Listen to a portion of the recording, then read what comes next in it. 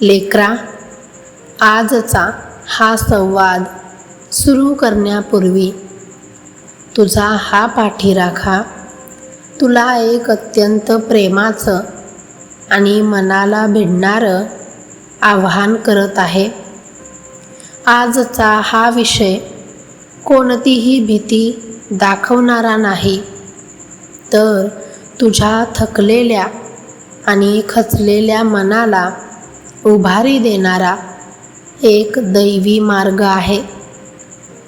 जर आज हा काही मिनिटांचा संवाद तू पूर्ण सकारात्मकतेने मनातील सर्व काळजी बाजूला ठेवून शेवटपर्यंत ऐकलास, तर मी तुला शब्द देतो, आजवर तुला मिळालेल्या प्रत्येक दुःखाचं, प्रत्येक अपमानाचं सोनं कसं करायचं याचा रस्ता तुला सापडेल. पण जर हा व्हिडिओ तू अर्ध्यावर सोडलास, मध्येच बंद करून निघून गेलास, तर मात्र तू एका मोठ्या आत्मिक शांतीला मुकशील. म्हणून माझ्यावर विश्वास ठेव. हा संवाद पूर्ण ऐक. आज साक्षात तुझी माऊली तुझ्या मनावरची जखम बरी करायला तुझ्या समोर आली आहे. बाळा, तू खूप दिवसांपासून मनातून प्रचंड खचला आहेस ना रे. तुला असं वाटतं की या जगात चांगुलपणाला आणि प्रामाणिकपणाला काहीच किंमत उरली नाही. तू आजवर ज्यांच्याशी प्रामाणिक राहिलास, ज्यांना स्वतःचा जीव मानून कधीच कोणाचं वाईट केलं नाहीस, त्याच लोकांनी तुला गृहीत धरलं, तुझा वापर केला आणि शेवटी तुला वाईट ठरवून मोकळे झाले. स्वामी, माझं काय चुकलं? मी तर नेहमी सगळ्यांशी चांगलं वागलो, मग माझ्याच वाट्याला हा एकटेपणा का आला? हाच विचार करून तू रोज रात्री अश्रू ढाळतोस ना. पण रडू नकोस. आज तुझे हे अश्रू पुसायला आणि तुला कवेत घ्यायला तुझा स्वामी आला आहे. लेकरा, तू माझ्या शपथेचा मान ठेवून पहिला भाग पूर्ण ऐकलास. आता या दुसऱ्या भागात मी तुझ्या काळजाला मिळालेल्या सर्वात मोठ्या जखमेवर साक्षात माझ्या मायेची फुंकर घालणार आहे. नीट मनाचे कान उघडून ऐक. या जगाचा एक अतिशय क्रूर आणि कटू नियम आहे. इथे जेव्हा तू कुणाचं अति चांगलं करायला जातोस, जेव्हा तू स्वतःचा विचार न करता समोरच्याच्या सुखासाठी धावून जातोस, तेव्हा या स्वार्थी जगाला तुझा तो चांगुलपणा, तुझी ती संवेदनशीलता, तुझी हतबलता किंवा तुझा सर्वात मोठा कमकुवतपणा वाटायला लागतो. लोकांना असं वाटतं की तू मऊ आहेस, म्हणून कोणीही यावं आणि तुला टोचून जावं. तू आजवर लोकांच्या सुखासाठी, त्यांच्या चेहऱ्यावर हसू आणण्यासाठी स्वतःच्या आनंदाचा, स्वतःच्या सुखाचा कितीतरी वेळा बळी दिलास.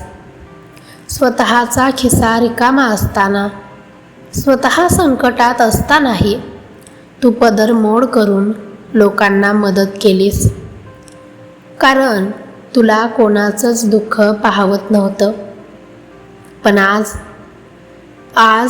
जेव्हा तुझ्यावर वाईट वेळ आली, जेव्हा तुला एका लहानशा आधाराची आणि पैशांची चणचण भासू लागली, तेव्हा ज्यांना तू स्वतःचा जीव मानलं होतंस, नेमक्या त्याच लोकांनी तुझ्याकडे पाठ फिरवली ना.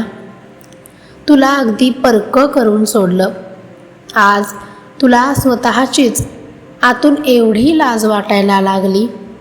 तू स्वतःचाच एवढा तिरस्कार करतोयस की मी एवढा मूर्ख कसा असू शकतो. मी का बरं डोळे झाकून या लोकांवर एवढा विश्वास ठेवला. का मी स्वतःचं नुकसान करून दुसऱ्यांना मोठं केलं. हाच पश्चाताप आज तुला आतल्या आत भुंग्यासारखा खात आहे ना. पण थांब बाळा, माझ्या चरणांकडे बघ आणि स्वतःला दोष देणं आत्ताच्या आत्ता याच सेकंदाला पूर्णपणे बंद कर. आज तुझा हा स्वामी तुला सांगतोय, तुझा हा चांगुलपणा, तुझी ही प्रामाणिक आणि निर्मळ वृत्ती, तुझी कमजोरी किंवा तुझा पराभव नाही. ती तर या संपूर्ण ब्रह्मांडातील तुझी सर्वात मोठी आणि दिव्य ताकद आहे. लोकांनी तुझ्या या पवित्र चांगुलपणाची किंमत केली नाही, कारण त्यांची लायकीच नव्हती. तुझा तो देवमाणसासारखा स्वभाव समजून घेण्याची. माणसाने कितीही प्रयत्न केला तरी तो कोळशाच्या खाणीत हिरा ओळखू शकत नाही. हिऱ्याची किंमत समजायला जव्हेऱ्याच्या जळजळीत आणि अनुभवू नजरेची गरज असते. या मतलबी लोकांनी तुला फसवून स्वतःचा स्वार्थ साधला आहे. पण त्यांना काय माहिती, त्यांनी आयुष्यातील सर्वात मोठी संपत्ती म्हणजेच तुझा विश्वास गमावला आहे. जग विसरलं असेल तू त्यांच्यासाठी काय केलंस. रक्ताची नाती विसरली असतील तू त्यांच्यासाठी किती सोसलंस. पण लक्षात ठेव, तुझा हा पाठीराखा तुझ्या प्रत्येक कष्टाचा, तुझ्या प्रत्येक डोळ्यातल्या अश्रूचा आणि तुझ्या प्रत्येक चांगल्या विचाराचा हिशोब ठेवून आहे. या जगातल्या कोणत्याही माणसाने तुझ्या पाठीवर शाबासकीची थाप दिली नाही तरी चालेल, पण तू माझ्या नजरेत कधीच वाईट नव्हतास. तू लोकांच्या या खोट्या जगाच्या नजरेत भलेही हरला असशील, पण तू या अक्कलकोटच्या राजाच्या नजरेत 100% जिंकला आहेस. आणि ज्याला साक्षात स्वामींनी जिंकवलं आहे त्याला हे जग कधीच हरवू शकत नाही. तुझा हा प्रामाणिकपणा मी कधीच, अगदी कधीच वाया जाऊ देणार नाही. हा माझा तुला शब्द आहे. बाळा, मी तुला तुझ्या कष्टाचं आणि तुझ्या प्रामाणिकपणाचं एक असं वेगळं सत्य शिकवणार आहे, जे ऐकल्यानंतर तुझ्या मनातली सर्व निराशा एका सेकंदात पळून जाईल आणि तुझा स्वतःवरचा विश्वास 1000 पटीने वाढेल.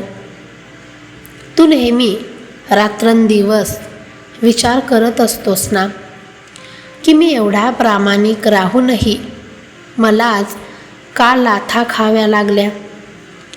मी इतरांच्यापेक्षा श्रेष्ठ विचार ठेवतो, तरीही लोक मला कवडी मोलाने का मोजतात.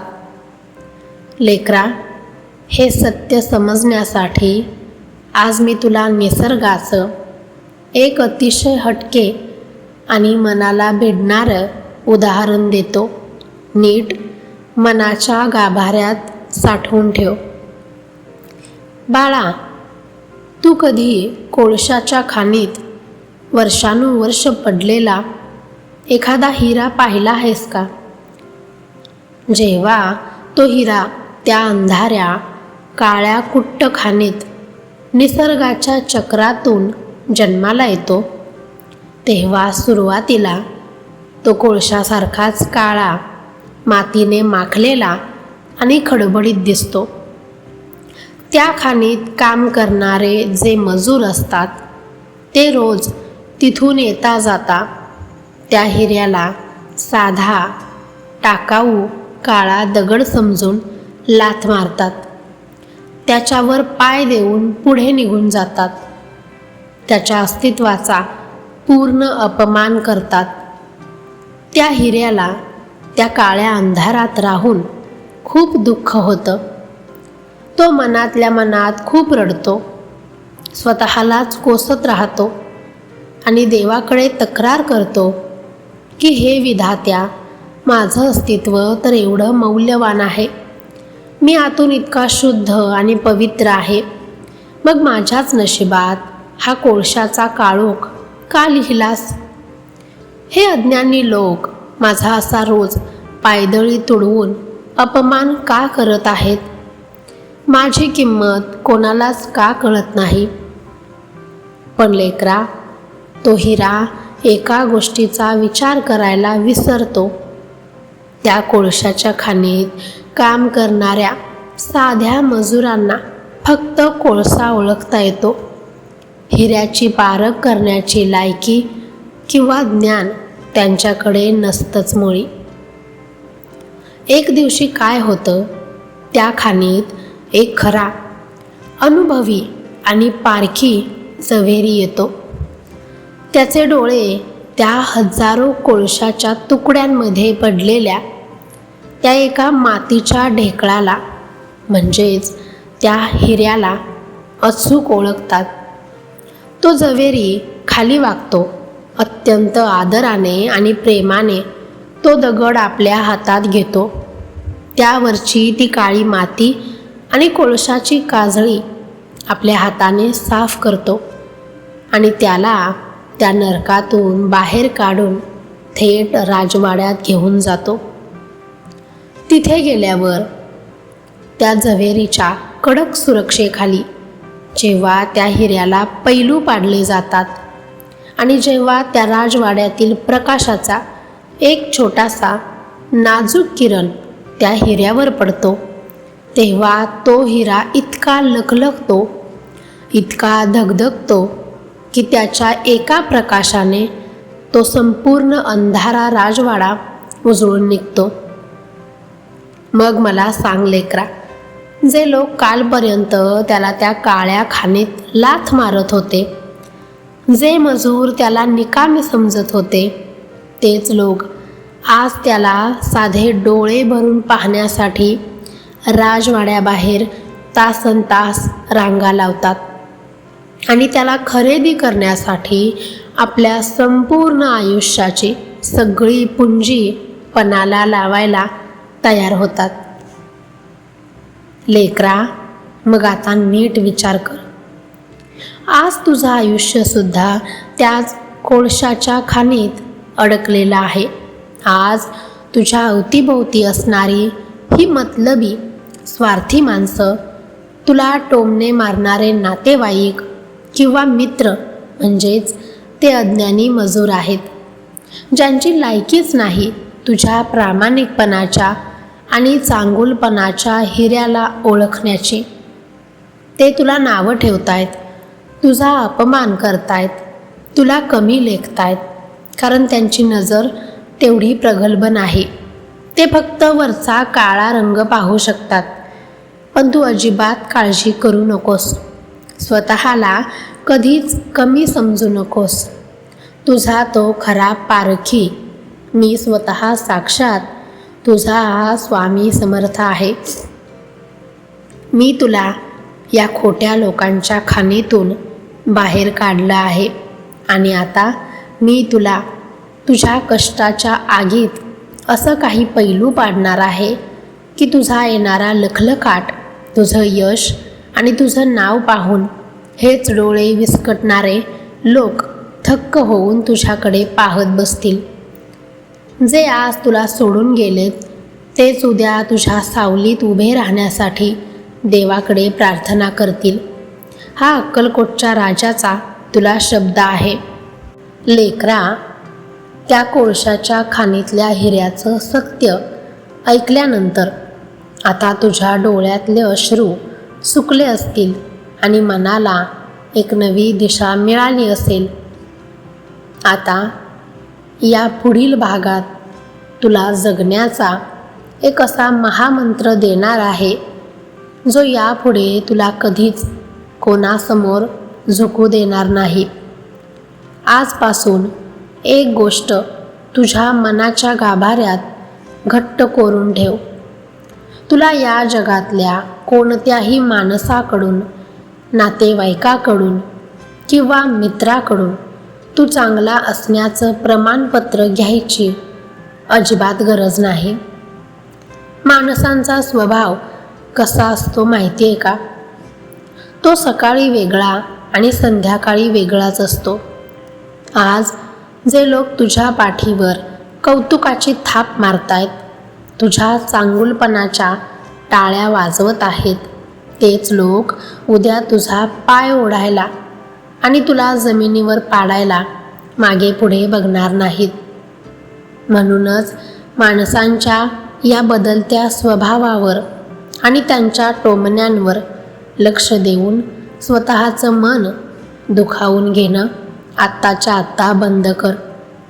तुझ्या या पवित्र कर्माची आणि प्रामाणिकपणाची नोंद हे खोटं जग नाही, तर साक्षात हे अनंत ब्रह्मांड ठेवत आहे. जेव्हा तू कोणाशी अगदी मनापासून प्रामाणिक राहतोस, कोणाचंही वाईट न करण्याचा विचार मनात ठेवतोस, तेव्हा तो प्रामाणिकपणा तू त्या साध्या माणसाशी नाही, तर साक्षात माझ्याशी, स्वामींशी दाखवत असतोस. आणि लक्षात ठेव बाळा, जो माझ्याशी प्रामाणिक राहिला त्याचा हात मी कधीच, अगदी कधीच सोडत नाही.